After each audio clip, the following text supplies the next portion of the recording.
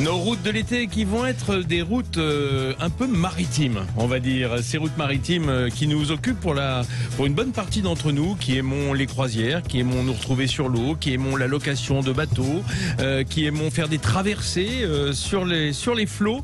Eh bien, se pose la question évidemment de la crise sanitaire, des conditions particulières que cela entraîne dès qu'on est confiné à bord avec des gens qu'on ne connaît pas, parce que c'est bien le propre des croisières. C'est bien les rencontres, mais en ce moment c'est peut-être compliqué. On va se poser la question de savoir si on peut retourner en croisière. Sud Radio Question d'été. Question éminemment estivale, mais enfin les croisières on peut en faire toute l'année, cela dit. J'ai avec moi en studio Sophie Bayot qui est directrice générale d'un océan de croisière. Bonjour. Bonjour Sophie Bayot. Un océan de croisière, on voit tout de suite que vous êtes spécialiste des croisières. Voilà, au moins c'est clair. Oui, c'est un petit peu la définition de notre métier, en effet. C'est quoi d'ailleurs votre métier? Vous êtes croisiériste? En fait, on pourrait nous assimiler à un grossiste, puisqu'on représente plus de 22 compagnies de croisière, et toutes très différentes les unes des autres pour offrir aux consommateurs le paysage le plus large et la plus grande diversité. Oui, Voilà. parce qu'il y a de la diversité tant sur les destinations que sur les catégories de bateaux. Je suppose l'offre, on va dire, hôtelière, enfin d'accueil. Exactement. Les tailles des navires sont importantes, les qualités de compagnie, les prix, la longueur des voyages aussi, Ouais, tout ça va définir le cadre d'une croisière, et donc on est présent dans toutes les agences de voyage. Alors Sophie Bayot, avant de nous faire rêver ce qui est votre métier, je vais vous poser la question, revenir en arrière un petit peu sur la crise sanitaire. Les bateaux ont été extrêmement, les navires j'ai envie de dire, ont été extrêmement impactés par cette crise sanitaire parce que on a eu le sentiment depuis la Terre à un moment donné, et vous avez votre œil de professionnel, qu'il y avait des bateaux livrés un peu à eux-mêmes, avec des gens contaminés à bord, bloqués en mer ou bloqués dans les ports parce que les gens n'avaient pas le droit de débarquer. C'était un beau foutoir. Alors il est clair que la crise du Covid a impacté dès le départ l'industrie de la croisière. D'abord parce que c'était plus frappant. Oui. Bien sûr. Ensuite, on a tous été mis devant le fait accompli. Il faut prendre conscience que ce foutoir, comme vous dites, est venu de la rapidité de la propagation de cette pandémie, et que les informations dont nous disposions, nous, de la part des compagnies, étaient très différentes de celles qui étaient diffusées par les gouvernements du monde entier, et encore différentes de celles qu'on donnait aux passagers à bord des bateaux. Donc il y avait une cacophonie mondiale, très compliqué à gérer. Et puis, le propre d'un navire, c'est d'accoster. Or, les pays fermaient leurs ports, les navires étaient encore en mer. Donc c'est devenu notamment, très très compliqué. On va dire qu'on fait du cabotage un peu, enfin du cabotage de luxe, mais une croisière c'est de s'arrêter dans des ports évidemment pour que les gens soient à la fois sur l'eau mais qu'ils puissent visiter différents pays par exemple. C'est bien sûr, c'est tout le propre d'une croisière, c'est de découvrir le monde par la mer et ses beautés en faisant à chaque fois des escales plus ou moins longues d'ailleurs. Bien sûr. Mais là on arrivait dans des pays en définitive qui soit fermaient, soit ne fermaient pas. En fait on n'est pas arrivé du tout. Oui, c'est ça. C'était plus simple. Tout le monde avait fermé, quoi. Voilà, donc on s'est trouvé à gérer non seulement les problèmes des passagers qui étaient à bord avec très peu d'informations, du moins des informations fortement erronées puisque personne n'avait les mêmes, et puis surtout avec des bateaux qui à un moment donné n'avaient plus de possibilités pour se ravitailler, s'avitailler, prendre du fuel et continuer leur route. Donc qui devaient, alors que les navires étaient en mer, rerouter les passagers vers des destinations. Enfin, ça a donné lieu à des situations extrêmement compliquées. On a tous le souvenir de bateaux, de bateaux hôpitaux. Enfin, ça donnait cette impression bloqués dans des ports avec des gens contaminés ou non d'ailleurs, qui devaient être confinés avec des gens contaminés en espérant ne pas contracter la maladie. Ça a été assez terrifiant, je suppose, du point de vue du croisiériste. Disons que ce qui est vrai, c'est que des navires, les déboires de certains navires ont fait la une de nombreux médias. Et tout ça, ce qu'il faudrait éviter, c'est d'avoir un amalgame un peu trop rapide. Oui, effectivement, ces images furent frappantes, elles furent pour nous professionnels extrêmement compliquées à gérer parce que derrière on était sur une urgence sanitaire et angoissante et stressante, et très angoissante et sur laquelle on n'avait pas forcément toujours toutes les réponses. Mais l'amalgame que je voudrais éviter, c'est les croisières ont été victimes, comme des pays, comme des hôtels, comme tout le monde en fait, de la grande viralité du Covid et de soudainement cette pandémie mondiale, mais n'ont pas été ni un accélérateur ni le seul acteur. Or on est parfois arrivé arrivé à un résumé trop rapide et on a impacté aux croisières d'avoir été des acteurs majeurs dans la propagation. Oui, des vecteurs de la pandémie, quoi. Voilà, il faut quand même toutes mesures garder. En fait, combien de bateaux ont réellement été touchés? Combien de bateaux ont eu des cas de contamination sur l'ensemble des bateaux de croisière? C'est ça qui est frappant. Sur les 277 paquebots qui circulaient à ce moment-là, seule une dizaine d'entre eux ont été impactés par le Covid. Et on a eu l'impression que c'était tous les bateaux de la Terre. Au fond, c'est un peu le même taux de viralité qu'à terre. Hein, si on dit 3 à 5%. Tout à fait. Mais comment a-t-on pu... Ce qui est intéressant, c'est de savoir comment on a pu aussi vite voir tous ces cas de Covid à bord. Pour la simple et bonne raison, c'est que vous avez des protocoles de sécurité et sanitaires à bord des navires qui sont extrêmement drastiques. La réglementation est élevée et chaque cas de maladie, quelle qu'elle soit, d'ailleurs, doit être immédiatement déclarée.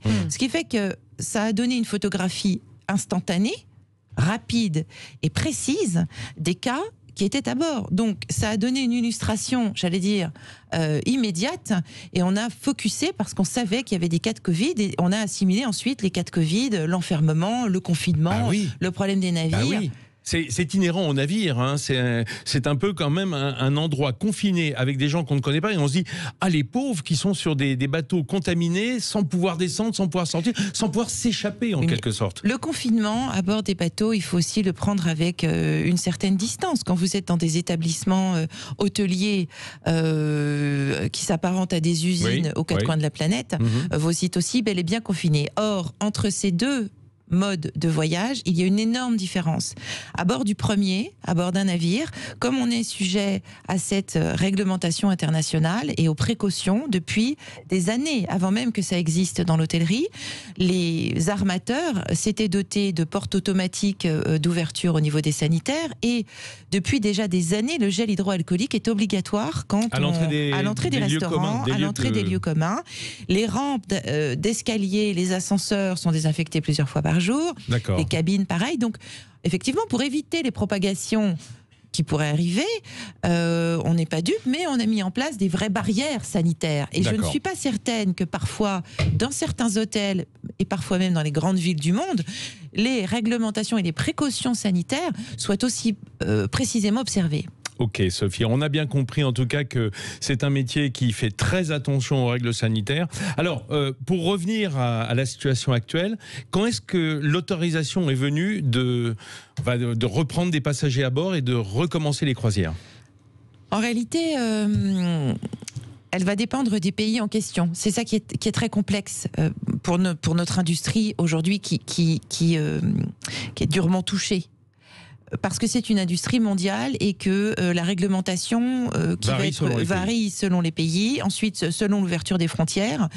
Ensuite, on a mis en place un système de tonnage et de jauge pour que, effectivement, ce soit plutôt des petites unités qui circulent. Donc, pour vous parler du cas français, qui est celui qui intéresse vos auditeurs, bien sûr, au premier chef. C'est vrai que la seule compagnie qui a été réautorisée à circuler, c'est la compagnie Ponant, qui a d'ailleurs revu toute sa programmation et qui propose de manière assez maligne de redécouvrir la France vue des côtes. Oui. Et la France est belle, c'est vrai, vue de la mer.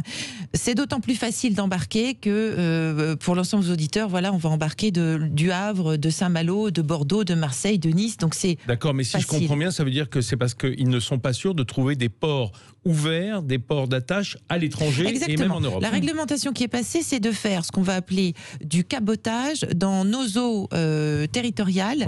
Et voilà, donc ça limite le champ des possibles si on voulait faire une croisière et avoir plusieurs pays. Bien sûr. Mais ça nous... On continue à visiter la France. Voilà, en fait, peut-être qu'au contraire, on prend peut-être davantage le temps de la revisiter et de l'apprécier. Et les clients sont au rendez-vous aujourd'hui ? Les clients sont au rendez-vous, je crois. C'est-à-dire qu'il va falloir rassurer. Et ça ne dépend pas ni des croisiéristes ni de nous-mêmes professionnels. Je crois que c'est un état d'esprit complet qui va permettre aux gens de reprendre confiance et de nouveau réembarquer. Le monde est beau vu en bateau. Oh là là, que c'est belle, on les aime nous. Hein. C'est vrai, mais surtout la France est belle vue en barquelle. Je n'y arrive pas, je ne trouverai pas la règle. Je vais chercher pendant, on se quitte quelques minutes, restez avec nous. De venir. Trop de poésie, il est ému. En caravelle. Voilà, pour faire un peu 16e, 17e siècle. Allez, on va immédiatement se quitter une minute et puis on se retrouve avec un de vos confrères, Didier Carlier, qui va nous parler plutôt de navigation fluviale, de croisière fluviale, parce que c'est un problème aussi, l'eau douce. Il n'y a pas que la mer et l'océan. Allez, restez avec nous, on se retrouve dans quelques secondes pour épuiser ce sujet et ne plus avoir de questions à poser après cela. Nos routes de l'été qui sont des routes maritimes et fluviales ce matin pour notre question d'été qui a trait à la possibilité ou non de repartir en croisière. On se pose la question parce que beaucoup aiment passer leurs vacances sur l'eau et qu'on a été un petit peu refroidi par la crise épidémique du Covid. Alors on dit la Covid mais je n'y arrive toujours pas, je vous le signale, mais c'est pas grave. Comme c'est un acronyme, on a le droit je pense de conjuguer dans les deux genres. Voilà. Alors moi je dis le Covid, je dis toujours le Covid. Alors avec nous Sophie Bayot, la directrice générale d'un océan de croisière qui nous parlait un petit peu de la reprise du secteur de la croisière maritime et océanique. Et on va avoir on l'a en ligne Didier Carlier qui est avec nous. Bonjour Didier Carlier. Oui, bonjour à vous. Bonjour. Alors Didier Carlier, vous nous appelez d'Occitanie, j'imagine, Oui, je suis pas loin de Narbonne, je suis sur un petit lieu qui s'appelle le Sommail. Ah, le Sommail, oui, sur le canal du Midi. Sur le canal du Midi, voilà, vous pouvez arpenter du côté Carcassonne ou du côté Béziers, ou même remonter par la Robine pour arriver sur Port-la-Nouvelle. Eh ben voilà, génial. Alors ce canal du Midi qui est une belle destination de vacances pour les familles, vous êtes responsable donc de cette base chez Nichols, qui est un constructeur et un loueur de bateaux. Alors, ce qui est important, c'est de se dire que, évidemment, la grande différence entre la croisière familiale fluviale et la grande croisière, c'est qu'on sait avec qui on part. Évidemment, exactement. Sur un petit bateau. Exactement. Nous, on n'est pas du tout dans la configuration qui a été définie par madame. Nous, ça reste de la croisière familiale, donc ça réunit l'ensemble de la famille. Chacun peut se tester et on demande une attestation de bonne santé avant le départ. Ah, une attestation de bonne santé, c'est du déclaratif ? Oui, on fait une déclaration sur l'honneur, comme quoi personne... Enfin, excusez-moi, Didier, mais s'il y a bien un truc sournois, c'est cette saloperie de Covid. On sait très bien qu'il y a beaucoup de porteurs sains, beaucoup de gens qui n'ont même pas, qui sont asymptomatiques. Donc la déclaration, elle vaut que ce qu'elle vaut, quoi. C'est plutôt pour vous couvrir, vous. Nous, on n'est pas responsable de ça. C'est une charte qui a été élaborée par la FIN, la Fédération des industriels nautiques, en collaboration avec nos confrères. Donc on met en application ce qui nous a été demandé. Donc Sophie. On a des gestes barrières, on a cette déclaration à faire, le port du masque évidemment, etc., etc. Les instructions sont faites aussi à bord avec une seule personne. Et après, on fait le moins possible de contact avec les clients.